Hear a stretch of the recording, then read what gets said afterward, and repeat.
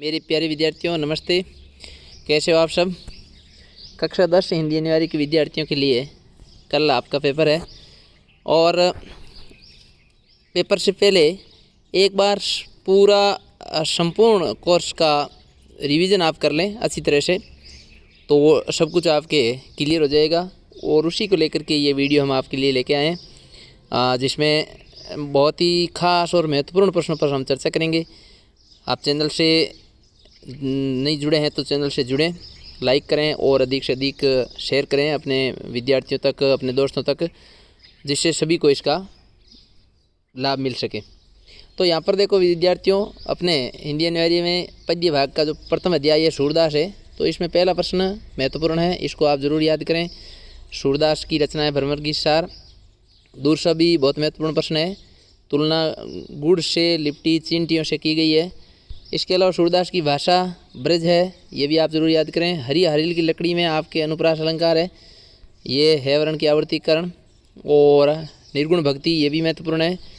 छोटे छोटे क्वेश्चन हैं, आप सभी इनको याद कर लें एक बार। कल पेपर देने से पहले संपूर्ण कोर्स को एक बार जो है वो नज़र में से निकाल लें। पांचवा प्रश्न जो है वो महत्वपूर्ण है, इसको भी आप याद करें। इसके बाद में प्रश्न संख्या 7वां महत्वपूर्ण है, जिनका मन चक्री की तरह घूमता है उनके लिए। उसके बाद में जो प्रश्न है वो है प्रश्न को 10 नंबर महत्वपूर्ण है। मैं उन्हीं प्रश्नों को बता रहा हूँ जिनके आने की पूरी 100% संभावना है आपके बोर्ड एग्जाम में। सच्चा धर्म राजधर्म किसे बताए? प्रजा को सताना नहीं, प्रजा की रक्षा करना। इसके अलावा इसमें 12वां प्रश्न बहुत महत्वपूर्ण है विद्यार्थियों, हमारे हरी हरील की लकड़ी का क्या तात्पर्य है? तो जैसे ये पक्षी 24 घंटे पंजों में लकड़ी दबा के रखता है, उसी प्रकार गोपियाँ भगवान श्री कृष्ण को तन मन में है वो बसाई रखती है और दिन रात रटती रहती है, कृष्ण कृष्ण रटती रहती है। तो ये महत्वपूर्ण प्रश्न है। इसके अलावा जो प्रश्न है आपके निबंधात्मक देखा जाए तो ये काफ़ी महत्वपूर्ण प्रश्न है, इसको भी थोड़ा आप देख लें। इसके बाद में आपके इसमें से प्रसंग वाक्य के लिए जो पहली वाक्य है वो महत्वपूर्ण है, इसको आप ज़रूर देखें। तो सूरदास जी की ब्रज भाषा के अंतर्गत भ्रमर गीत सार से ये अपने लिए गया वाक्य और प्रसंग और वाक्य और विशेष अलग लिखें। साहित्यिक परिचय भी सूरदास जी का थोड़ा याद कर लें। इनकी 3 तो महत्वपूर्ण रचना है, सूर सागर, साहित्य लहरी, सूर सरावली, ब्रज भाषा। और जन्मांध थे 1478 में जन्म हुआ। अष्टछाप के प्रमुख कवि, निर्गुण भक्ति, सगुण धारा, सगुण भक्ति के भक्ति काल के कवि, कृष्ण भक्ति के कवि, ब्रजभाषा पर इनकी पकड़ थी। ये है। अब दूसरा अध्याय, इसके कुछ महत्वपूर्ण प्रश्नों पर चर्चा करते हैं। भृगुसुत का तात्पर्य क्या है? ये महत्वपूर्ण प्रश्न है। और किसके ऋणी थे? ये भी महत्वपूर्ण है। गादी सुनो का अर्थ क्या है? ये भी महत्वपूर्ण है। परशुराम बाल ब्रह्मचरी के रूप में, अत्यंत क्रोधी के रूप में महत्वपूर्ण थे, ये महत्वपूर्ण है। और इसके अलावा यहाँ कुम्मड़बतिया नहीं, ये महत्वपूर्ण, इसको आप याद करें ज़रूर। इसके बाद में शूरवीर की क्या लक्षण बताएं, ये महत्वपूर्ण है, इसको आप ज़रूर याद करें। और प्रश्न संख्या 10 बहुत महत्वपूर्ण है, इसको याद करें आप। इसके अलावा आपके जो प्रश्न हैं महत्वपूर्ण विद्यार्थियों वो है 13 नंबर, धनुष टूटने के क्या कारण बताए, ये महत्वपूर्ण प्रश्न है, इसको भी आप ज़रूर देखें एक बार। और सब प्रसंग व्याख्या में इसमें आपके ये पहली व्याख्या काफ़ी महत्वपूर्ण है, जिसके आने की पूरी संभावना विद्यार्थियों। तो प्रसंग और व्याख्या अलग अलग करें। यहाँ पर जो है वो अवधि भाषा काम में ली गई है, रामचरितमानस से लिया गया है, वीर रोद्र रस है, 2 चौपाई छंद है, ये आप ध्यान रखें। साहित्यिक परिचय में तुलसीदास जी महत्वपूर्ण है। 1532 में इनका जन्म हुआ, राजापुर गाँव उत्तर प्रदेश के बांदा जिले में। और पत्नी रत्नावली की प्रेरणा से या कह सकते हैं कि उलाना से इन्होंने राम भक्ति का रास्ता अपनाया और राम भक्ति इनको मिली। रामचरितमानस महत्वपूर्ण ग्रंथ, 12 प्रमाणिक इनके ग्रंथ, और 1623 में इनका निधन हो गया। अगला जो है अध्याय विद्यार्थियों हैं जयशंकर प्रसाद। तो इसमें आपके पहला प्रश्न महत्वपूर्ण है। इसके बाद में प्रश्न संख्या 30 महत्वपूर्ण है। प्रश्न संख्या 5 महत्वपूर्ण है। प्रश्न संख्या आत्मकथ्य में थकापंथी कौन है? कवि खुद है, ये महत्वपूर्ण है। और इसके बारे में गागर रीति से, ये महत्वपूर्ण है। इसके अलावा स्मृति को पाते, बहुत ही महत्वपूर्ण प्रश्न है, ज़रूर आप इसको याद किए कि जैसे सारा होता है भोजन, उसी प्रकार से कवि के लिए मधुर स्मृतियाँ जो है वो स्मृति का पाते है। तो ये प्रश्न महत्वपूर्ण है। इसके बाद में छोटे से जीवन की कैसे बड़ी गाथाएं आज गई, ये बहुत महत्वपूर्ण है, इसको आप याद कर लें। और इसके अलावा प्रश्न संख्या 10, आत्मकथा लिखने से क्यों बचना चाहते हैं, तो कवि कह रहे हैं मेरे पास इतना कुछ है नहीं। इसके अलावा विद्यार्थियों से प्रश्न व्याख्या में आपके जय शंकर प्रसाद का कर्तृत्व और व्यक्तित्व 1889 में, इनका काशी में जन्म और सुनी साहू परिवार में, और हिंदू नामक मासिक पत्रिका प्रकाशन इन्होंने किया। 1937 में इनका निधन हो गया। कानन कुसुम, झरना, लहर, आंसू, कामायनी, चित्राधार, ये इनकी रचना है। कामायनी श्रेष्ठतम रचना इनकी है। मंगला प्रसाद पारितोषिक इस रचना पर दिया गया। अजातशत्रु, चंद्रगुप्त और स्कंदगुप्त इनके प्रमुख नाटक है विद्यार्थियों। तो आप अच्छी तरह से इसका एक बार रिवीजन कर लें। अगला अध्याय है सूर्यकांत त्रिपाठी निराला। तो इसमें अनुप्रास अलंकार है, घे वर्ण की आवर्तीकरण, और इसमें ये भी महत्वपूर्ण प्रश्न है आपके अट नहीं रही है। तो कौन सी ऋतु है, उत्साह में किसको आह्वान किया गया, ये महत्वपूर्ण है। इसमें बाल कल्पना से पहले, ये महत्वपूर्ण है। इसके अलावा पहला प्रश्न 5वां बहुत ही महत्वपूर्ण है। इसके बाद में प्रश्न संख्या 8 बहुत महत्वपूर्ण है, 9 महत्वपूर्ण है, ये आप इसको याद करें। इसके अलावा उत्साह कविता का संदेश क्या है, ये ज़रूर याद करें आप विद्यार्थियों। उत्साह कविता का संदेश बहुत ही महत्वपूर्ण है, इसका ज़रूर आपको याद करना है। अलग अलग वीडियो के माध्यम से सभी अध्यायों का मैंने भेज रखा है। और सूर्यकांत त्रिपाठी निराला का तो तुलसीदास जी है, निराला है, इनको ज़रूर आप याद करें। कवि परिचय के रूप में 1896 बांग्ला में जन्म हुआ। और अनामिका, परिमल, गीतिका, तुलसीदास, कुकुरमुता, ये इनकी रचना है। 1961 में इनका निधन हुआ। सरोज स्मृति 1935 में लिखी गई महत्वपूर्ण रचना है। संस्कृत, बांग्ला और हिंदी स्वाध्याय से इन्होंने सीखी।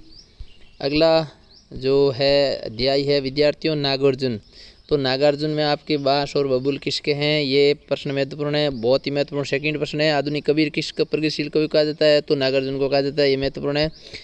सूरज की किरणों का रूपांतरण क्या है, फसल है, ये महत्वपूर्ण है। फसल क्या है, उपयोग सभी, ये बहुत महत्वपूर्ण है। 5वां प्रश्न महत्वपूर्ण है। और 7वां बहुत महत्वपूर्ण है। 8वां भी बहुत महत्वपूर्ण है। इसके अलावा प्रश्न संख्या 9 जो है विद्यार्थियों, ये आपके लिए बहुत ही महत्वपूर्ण है, खास है, इसको ज़रूर आप याद करें। इसके अलावा फसल कविता से कवि क्या संदेश देना चाहता है, इस प्रश्न को भी आप ज़रूर याद कर लें। अच्छे नंबर आपको प्राप्त करने हैं। तो एक बार पेपर देने से पहले या घर से रवाना होने से पहले इसका एक बार रिवीजन कर लें। नागार्जुन कवि परिचय, कमी संभावना आने की। 1911 दरभंगा बिहार में जन्म हुआ। बौद्ध धर्म धारण किया इन्होंने। यात्री नाम था, मूल नाम वेदनाथ मिश्र था। ढक्कन नाम भी था इनका अंधविश्वास के कारण।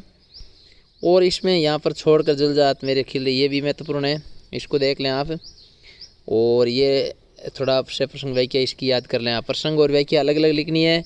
हर उत्तर के बाद 2 लाइनें छोड़नी है। प्रश्न संख्या लगाने का ध्यान रखना है आपको, भूले नहीं। प्रश्न संख्या जो लगाई जा रही है उसी का उत्तर आपको लिखना है। काटा छांटी बिल्कुल नहीं करनी विद्यार्थियों, और अच्छा उत्तर लिखना है। आत्मविश्वास के साथ आपको जो है वो ये काम करना है। अगला अध्याय है गिरिजा कुमार माथुर। तो इसमें जो है वो पहला प्रश्न बहुत ही महत्वपूर्ण है, अतीत की सुखद यादों के लिए। अगला क्वेश्चन है जो है वो है दूसरा महत्वपूर्ण है विद्यार्थियों। प्रश्न संख्या 4 भी महत्वपूर्ण है, जिसमें चांदनी कवि को किसकी याद दिलाती है, तो प्रिय केशों में गूंजते फूलों की। फिर प्रश्न संख्या 5 महत्वपूर्ण है, कवि ने कठोर सत्य को हिम्मत साहस के साथ सामना करने के लिए प्रेरित किया है। 6वां प्रश्न भी महत्वपूर्ण है। और इसके बाद में प्रश्न संख्या आपके 9 भाव स्पष्ट कीजिए, तो ये आप ज़रूर इसको भी याद कर लें। प्रश्न संख्या 10वां काफ़ी महत्वपूर्ण है विद्यार्थियों, तो 10 को आप ज़रूर याद करें। और 10 के बाद में प्रश्न संख्या 13 क्या प्रेरणा दी गई है, संदेश क्या दिया गया है कि अतीत की जो मधुर स्मृति डूबकर वर्तमान में दुखी नहीं होना चाहिए, या जीवन को दुखी नहीं बनाना चाहिए, या जीवन में दुख को बढ़ाना नहीं चाहिए, ये इसका संदेश है।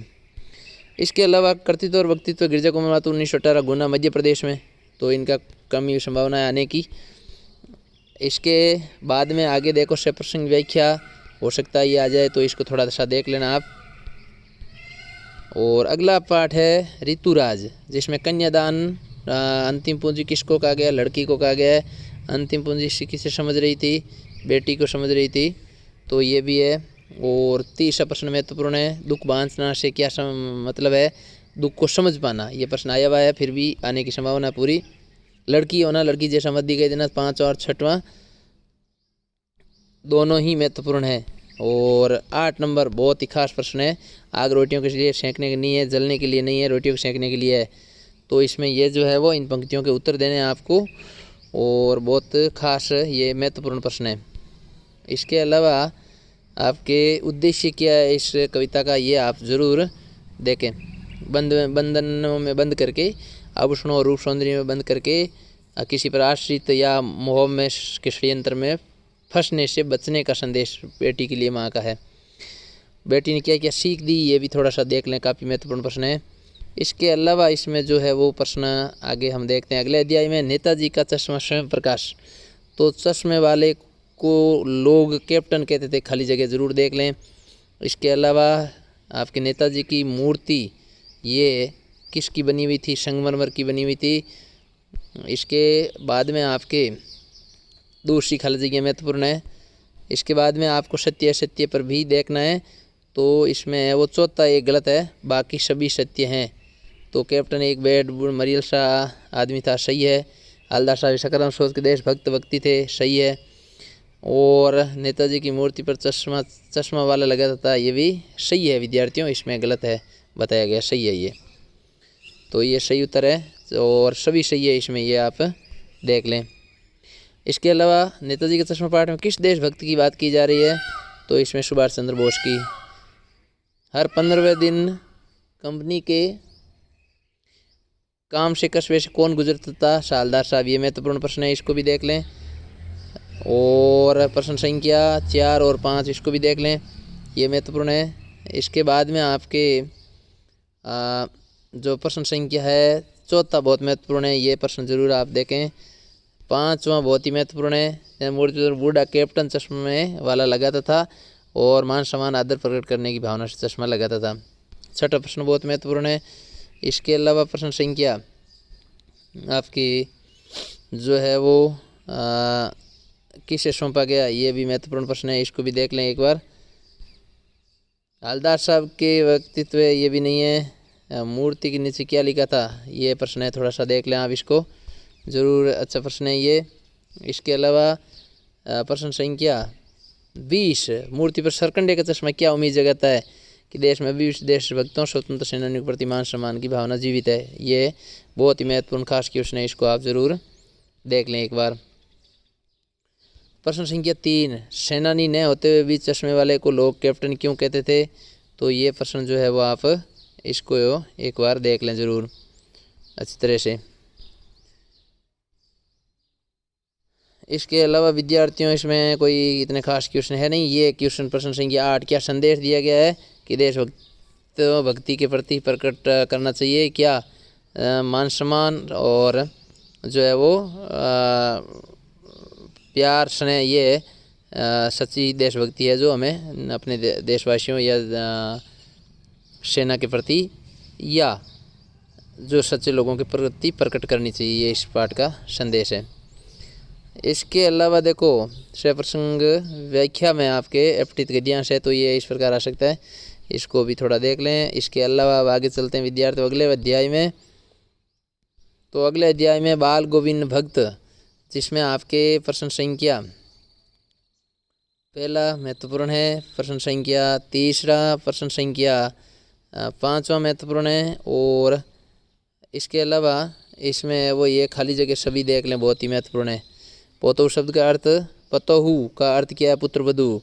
और पूर्व में लोई लगने से क्या तात्पर्य है, ये प्रश्न महत्वपूर्ण। बाल गोविंद भक्त का क्या कार्य करते थे, तो बाल गोविंद भक्त विद्यार्थियों खेतीबाड़ी करते थे, ये प्रश्न महत्वपूर्ण है।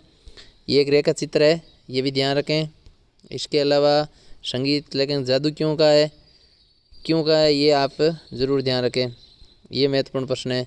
कबीरपंथी किसको कहते हैं, बाल गोविंद भक्त कबीरपंथी क्यों थे, तो कबीरपंथी थे साहब कहते थे। ये संगीत साधना का चरम उत्कर्ष कब था, जब मृत्यु पर भी वो गीत गा रहे थे। तो उत्सव मनाना क्यों कहा उन्होंने, क्योंकि आत्मा परमात्मा घर चली गई है और ये आनंद की बात है, इसलिए उन्होंने ये बात कही। क्या आदेश दिया, ये प्रश्न महत्वपूर्ण है। इसके अलावा विद्यार्थियों आगे देखते हैं, बाल गोविंद भक्त की चारित्रिक विशेषता बताइए, तो 2 चारित्रिक विशेषता, नारी के प्रति सम्मान, दूरदर्शी सोच के व्यक्ति, ये इसका महत्वपूर्ण प्रश्न है। इसके अलावा प्रश्न संख्या आपके इसमें अगला जो है वो है ये अध्याय क्या संदेश दे रहे हैं, ये महत्वपूर्ण प्रश्न है। बेटे पर विशेष ध्यान क्यों रखते थे, तो मोह के कारण नहीं था बल्कि वो शरीर से कमज़ोर थे। ये राम वृक्ष बेनीपुरी का कर्तृत्व व्यक्तित्व जरूर याद करें, आने की पूरी संभावना है। इसके अलावा विद्यार्थियों देखो आपके सह प्रसंग व्याख्या तो आसानी है। लखनवी अंदाज, इसमें आपके जो है वो लेखक को खीरा खाने के लिए पूछा, सेकंड क्लास का टिकट लिया और लेखक यशपाल हैं इसके बाद में आपके 5वां प्रश्न सफ़ेद पोश सजन, ये खाली जगह तो आप एक बार सभी देख लें, इनको नज़र में से निकाल लें। कौन सी शैली में ये पाठ है, व्यंग्यात्मक शैली में लिखा गया है और लेखक यशपाल है, ये हो ही गया। इसके अलावा आपके सेकंड क्लास का टिकट क्यों खरीदा, काफ़ी महत्वपूर्ण प्रश्न है। नवाब ने खीरे का क्या किया, एक एक टुकड़े को उठाया, सूंघा नाक से और बाहर फेंक दिया। इसके अलावा विद्यार्थियों इसमें आपके जो है वो प्रश्न खीरा खाने से मना क्यों कर दिया, ये प्रश्न महत्वपूर्ण है, इसको देख लें आप। नई कहानी का लेखक किससे का है, ये प्रश्न बहुत महत्वपूर्ण है, इसको भी देख लें। इसके अलावा ज्ञान चक्षु खुलने से क्या आशय है, तो ये आप इस प्रश्न को भी एक बार ज़रूर देख लें। इसके अलावा इसमें बड़े प्रश्नों में आपके हमें संदेश क्या मिलता है, हर पाठ का संदेश ज़रूर देखें कि दिखावटी जीवन शैली से दूर रहना चाहिए, ये इसका संदेश है विद्यार्थियों। तो ये हो गया। इसके अलावा आपके प्रश्न संख्या 8 बहुत महत्वपूर्ण है, इसको भी आप देख लें ज़रूर। और गद्यांश से प्रसंग व्याख्या ज़रूर देखें। एक कहानी ये भी मनु भंडारी का लिखा ये पाठ, जिसमें आपके यादों की सिलसिला अजमेर के ब्रह्मपुरी मोहल्ले से, ये पिता रसोइयों को क्या कहते थे, भटियार खाना, ज़रूर याद रखें इसको। और यश लिप्सा थी। मनु भंडारी हिंदी की प्राध्यापिका कौन थी, शीला अग्रवाल। मनु भंडारी का जन्म कब हुआ और कहाँ हुआ, तो ये आप ज़रूर देख लें एक। इसके अलावा खाली जगह तो आप सभी देख लें। और फिर इसमें बल्ले का कौन है, एक कहानी ये भी मनु भंडारी। बचपन कहाँ बीता, अजमेर में। पिता का मित्र का क्या नाम था, अम्बालाल। इसके अलावा विद्यार्थियों हीन भावना क्यों हुई, काले रंग की होने। भटियार खाने का अर्थ क्या है, वह स्थान जहाँ भट्टी और चूल्हा जलता है।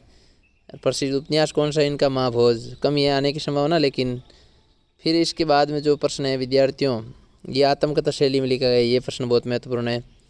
पिता का स्वभाव कैसा था, क्रोधी, शक्की, अहंकारी स्वभाव था।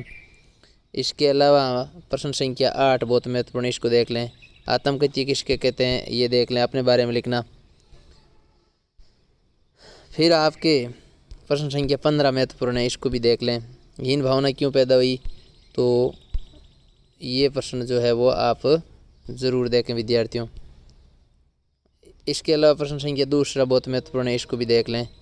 और क्या संदेश है, ये तो ज़रूर देखना है, इसको भी याद कर लें। भटियार खाने से क्या फिर संदेश क्या है,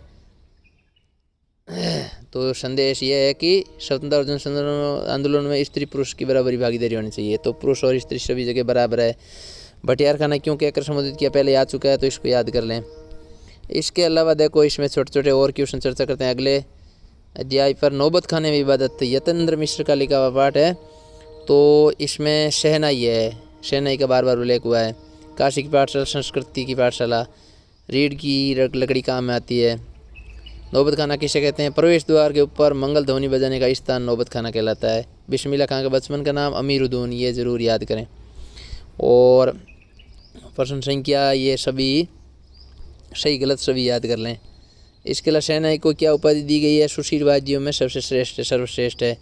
दूसरा, बिस्मिल्लाह खां का जन्म बिहार के डुमराव गाँव में। नौबत खान इबादत रेखा चित्र किस पर लिखा गया, बिस्मिल्लाह खां प्रसिद्ध शहनाई वादक पर लिखा गया है। अमीरुद्दीन जिसका बचपन का नाम था। लेखक कौन है, यतेंद्र मिश्र है।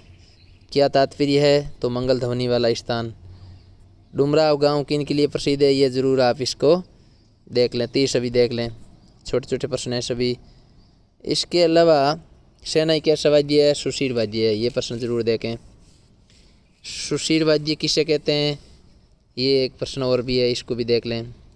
इसके अलावा इसमें जो प्रश्न है विद्यार्थियों, आपके महत्वपूर्ण प्रश्नों में आगे देखते हैं। ये प्रश्न है। लघुत्तरा सैनिक सुशील वाद्यों की शाह क्यों कहा जाता है?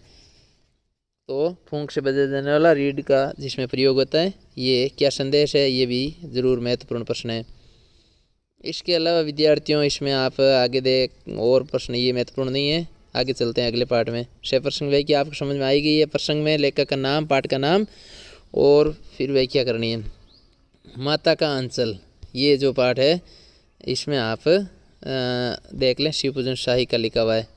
तो इसमें आपके महत्वपूर्ण जो है वो ये देख लें कि शिव पूजन शाही का वास्तविक नाम क्या था।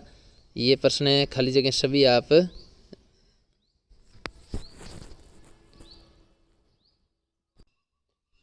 इसमें खाली जगह आप जो है वो सभी देख लें विद्यार्थियों। ये हो गई। इसके अलावा खाली जगह के बाद में जितने भी एपिसोड हैं सबको एक बार याद कर लें और इन खाली जगहों को भी याद कर लें आप। तो इनके उत्तर यहाँ पर दे रखे हैं, खाली जगह सभी याद कर लें आप। इसके बाद में विद्यार्थियों ये सत्य सत्य हो गई। और इसमें आगे देहाती उपन्यास का अंश है, ये एक प्रश्न पहला ज़रूर याद करें। इसके अलावा भभूत का तिलक लगाना, तीसरा प्रश्न महत्वपूर्ण है। इसके अलावा प्रश्न संख्या चंदोबा शब्द का शाब्दिक अर्थ क्या है? छोटा शामियाना, ये प्रश्न महत्वपूर्ण है। गुरुजी ने किसकी खबर ली? तारकिशोर लेखक की खबर ली। चिरोरी शब्द का अर्थ क्या है? ये आप जरूर देख लें। दीनता पूर्वक, यानी एकदम मारोड़ी में पके हाव गरीब बन पर और प्रार्थना करनी बिना चिरोरी किया करें। और राम जी रखेत राम जी चिरई खा लो चिड़ई भर भर पेट में कौन गा रहा था? तो ये स्वयं भोलानाथ लेखक गा रहे थे। ये प्रश्न है। इसके अलावा पहला प्रश्न बहुत ही महत्वपूर्ण है, इसको आप ज़रूर याद करें विद्यार्थियों। आगे इसमें जो है वो कोई खास नहीं है। जॉर्ज पंचम की नाक, कमलेश्वर 1932 से 2007। तो ये जो है पाठ अध्याय है, इसमें हम देखते हैं महत्वपूर्ण प्रश्न कौन सी विधा है? तो ये पहला प्रश्न है, इसमें महत्वपूर्ण है तीसरा। और ये सभी जितने भी खाली जगह हैं वो आप सब याद कर लें विद्यार्थियों। इसके अलावा इसमें जितनी भी खाली जगह हैं ये भी काफ़ी महत्वपूर्ण है, इनको भी आप ज़रूर याद करें।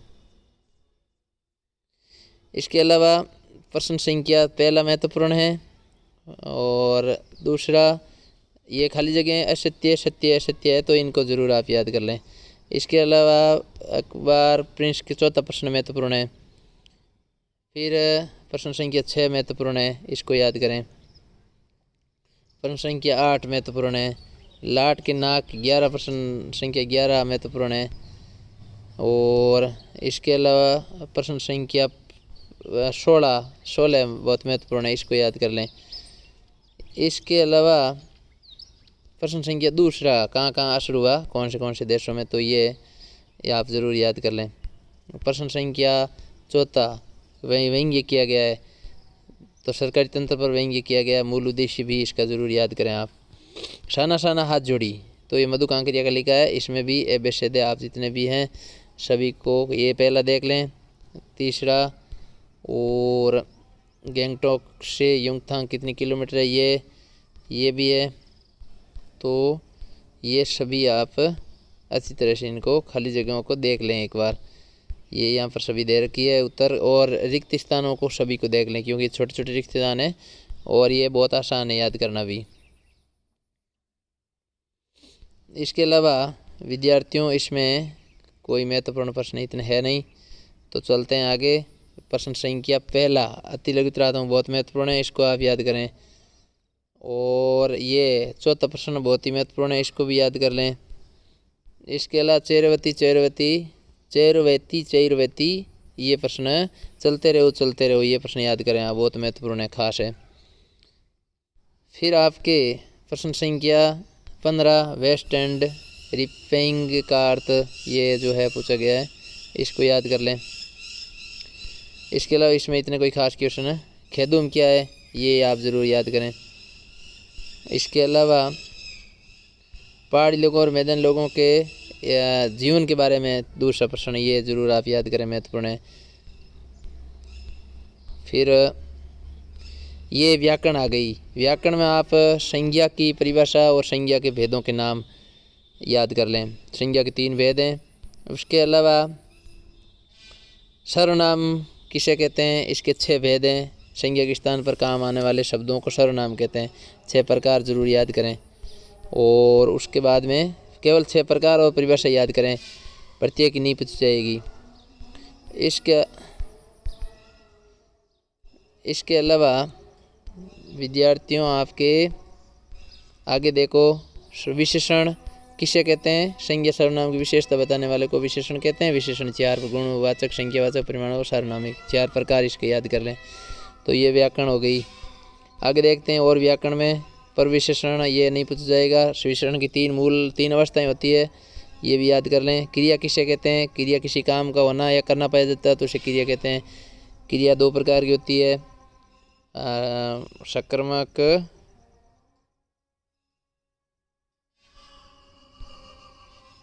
क्रिया और अकर्मक क्रिया। क्रिया ना सकर्मक और अकर्मक क्रिया है ना, लिखना पढ़ना ये क्रिया है, पढ़ लिख खेल ये धातु है, ना लगने से क्रिया बनती है। अकर्मक जिसमें कर्म नहीं होता है पाया जाता है, और जिसमें कर्म पाया जाता है उसे सकर्मक क्रिया कहते हैं। तो ये दोनों की परिभाषा याद कर लें। जैसे राम खेलता है, राम फुटबॉल खेलता है, तो राम खेलता है ये अकर्मक, राम फुटबॉल खेलता है ये सकर्मक। और इसके बाद में रचना की दृष्टि से भी और भी इसके कुछ भेद हैं। संरचना की दृष्टि से संयुक्त क्रिया है, पूर्वकालिक क्रिया है, प्रेरणार्थक क्रिया जिसमें दूसरों से काम करवाया जाता है, प्रेरणार्थक। इसके अलावा विद्यार्थियों और भी व्याकरण है, आगे देखते हैं हम व्याकरण में, जिसमें आपको मैंने जो भी बताए उन्हीं को आपको याद करना है सभी को। निपात क्या होता है, ही, भी, तो, तक, केवल ये संधि की परिभाषा और संधि के भेद। तो संधि के 3 भेद होते हैं मुख्य रूप से, स्वर संधि, व्यंजन संधि और विसर्ग संधि है ना। और स्वर संधि के जो है 5 भेद हैं, तो वो भी आप याद करें। 2 वर्णों और ध्वनियों के परस्पर मेल को संधि कहते हैं है ना। ये संधि की परिभाषा आप याद रखें। और संधि करना, संधि विच्छेद करना, स्वर संधि के 5 भेद हैं, ये ध्यान रखें, इनका ज़रूर याद कर लें। कुल संधि के 3 भेद हैं, स्वर संधि, व्यंजन संधि, विसर्ग संधि। स्वर के 5 दीर्घ, गुण, वर्धी, यण, अयादि। इसके अलावा उदाहरण तो आप थोड़ा थोड़ा देख लें ऐसे ही। आप नियम जो हमने चर्चा की कक्ष में, उसमें नियमों के अनुसार ही आप देखें, जिससे वो समझ में आ जाएगी। संधि के बाद में आपके आगे है समास। तो समास किसे कहते हैं, समास की परिभाषा 2 या 2 से शब्दों के योग को समास कहते हैं। समास, समास का विग्रह ये आप देखें। और समास के प्रकार, समास 6 प्रकार के होते हैं। 6 प्रकारों के नाम आपको याद करने हैं, अविभावी, तत्पुरुष, क्रमधारय, द्विगु, द्वंद्व और बहुवीरी। ये 6 प्रकार आप देखें, कौन से पद में कौन सा प्रधान होता है ये। और अविभावी में जो है वो ज़्यादातर जो उपसर्ग वाले हैं वो सभी अविभावी है। फिर आप तत्पुरुष में है वो जिसमें परसर्ग लग रहे हैं या कारक चिन्हों का प्रयोग है वो है। कर्मधार्य में विशेष्य और विशेषण है। द्विगु में समारा है। द्वंद्व में 2 शब्द है और अलग अलग करना है उनको, और या चे लगा के। बहुवीरी में 30 अर्थ है। उपसर्ग में आगे लगते हैं उपसर्ग, प्रत्यय पीछे लगते हैं। तो आगे जैसे आपके सरपंच है तो सर उपसर्ग हो गया, पंच मूल शब्द हो गया। ये ऐसे आपको अलग करना है। कल ध्यान रखना है कि उपसर्ग आगे है, प्रत्यय पीछे होता है। तो उपसर्ग, प्रत्यय वे शब्दार्थ जो किसी मूल शब्द के पीछे लगकर उसमें अर्थ में परिवर्तन करता है, नया शब्द का निर्माण करता है, उस प्रत्यय कहते हैं। प्रत्यय पीछे लगते हैं। प्रत्यय 2 प्रकार के होते हैं, कृत्य प्रत्यय और तद्धित प्रत्यय। तो इसमें आपके कृत्य पीछे जैसे देखो जो है वो चलन में कौन सा प्रत्यय है, तो चल प्लस अन प्रत्यय है ना। ये ऐसे आपको अलग करना है। कटौती में कट प्लस ओती, ओती प्रत्यय और कट मूल शब्द है। ये आपको विद्यार्थियों ध्यान रखना है। इसके अलावा आपके मुहावरा आपको याद रखना ही है ना। मुहावरों का अर्थ लिखना आपको कल, और वाक्य प्रयोग हो तो वाक्य प्रयोग अलग करना। ये यहाँ से देख लें आप, अर्थ ऐसे लिखना है जिससे मन चक्री में होना तो भटकना होना, ये तो अर्थ है। फिर वाक्य प्रयोग में ऐसे आपको नीचे अलग से करना, नाम लिख करके वाक्य प्रयोग। लोकोक्ति ये है, इसका अर्थ भी लिखना है ऐसे ऐसे आएगी। आगे कुआं पीछे कहीं का अर्थ लिखी तो आप नीचे लिखोगे उत्तर लिख करके, सब ओर से कष्ट होना या विपत्ति होना या फंसना विपत्ति में। ठीक है, ये हो गया पत्र लेखन। पत्र लेखन में औपचारिक और अनौपचारिक 2 प्रकार पत्र होते हैं जो आपको इस तरह से बताए हुए हैं। प्रेषक कहाँ लिखनी है, और कार्यालय का पता ये सब ध्यान रखना है आपको। विषय लिखना है, महोदय लिखना है, क्रम संख्या लिखनी है, दिनांक लिखनी है, मुख्य भाग लिखना है।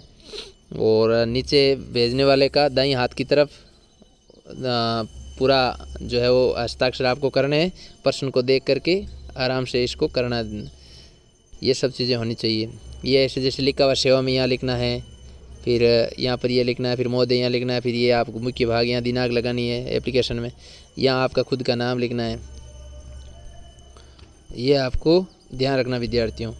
निबंध लेखन में आपको ध्यान रखना है, पहले रूपरेखा, पहले सबसे पहले 4 जो टॉपिक आएंगे उसमें एक पर निबंध लिखना है। ये जैसे यहाँ पर मान लो ये 4 आ जाए तो आप इन चारों में से किसी एक पर निबंध लिखोगे, उस एक की हेडिंग लगाओगे, बेटी बचाओ बेटी पढ़ाओ, अंडरलाइन करोगे, फिर नाम लिखोगे रूपरेखा, और फिर रूपरेखा में आप इसके सभी के बिंदु लिखोगे, प्रस्तावना के खे ये लिख के फिर वापस 1 नंबर लगा के वर्णन करना है। केवल एक का ही वर्णन करना है। ये अपठित गद्यांश आएंगे, आराम से उनको पढ़ना है और उन्हीं में से उत्तर देने हैं आपको, ये ध्यान रखना है। तो इस पूरे वीडियो को एक बार आप देख लें ज़रूर। ये मॉडल प्रश्न पत्र भी यहाँ दिया हुआ है, इसको भी आप जो है वो रोक करके वीडियो को देख सकते हैं, पॉज करके आराम से, कि भी कैसे प्रश्न आए। और जो भी खंड है, खंड के प्रश्न एक जगह ही करने हैं, बाकी मूल प्रश्न को एक जगह करना है, मूल प्रश्न के भागों को भी एक जगह करना है। जैसे गद्यांश पद्यांश है तो उसके एक जगह करना, नहीं आ रहे तो आप जगह छोड़ दें उनके लिए, आराम से करें। और अंत में जो है वो बचे हुए में क्रॉस कर दें, एंड लिख करके फिर क्रॉस कर दें बचे हुए भागों में। तो इस प्रकार आप सभी को हार्दिक बहुत बहुत शुभकामनाएं, अच्छी तरह से पेपर आप हल करके आएंगे ऐसी आशा है। मिलते हैं आगे के वीडियो के लिए, तब तक के लिए जय हिंद जय भारत, थैंक यू।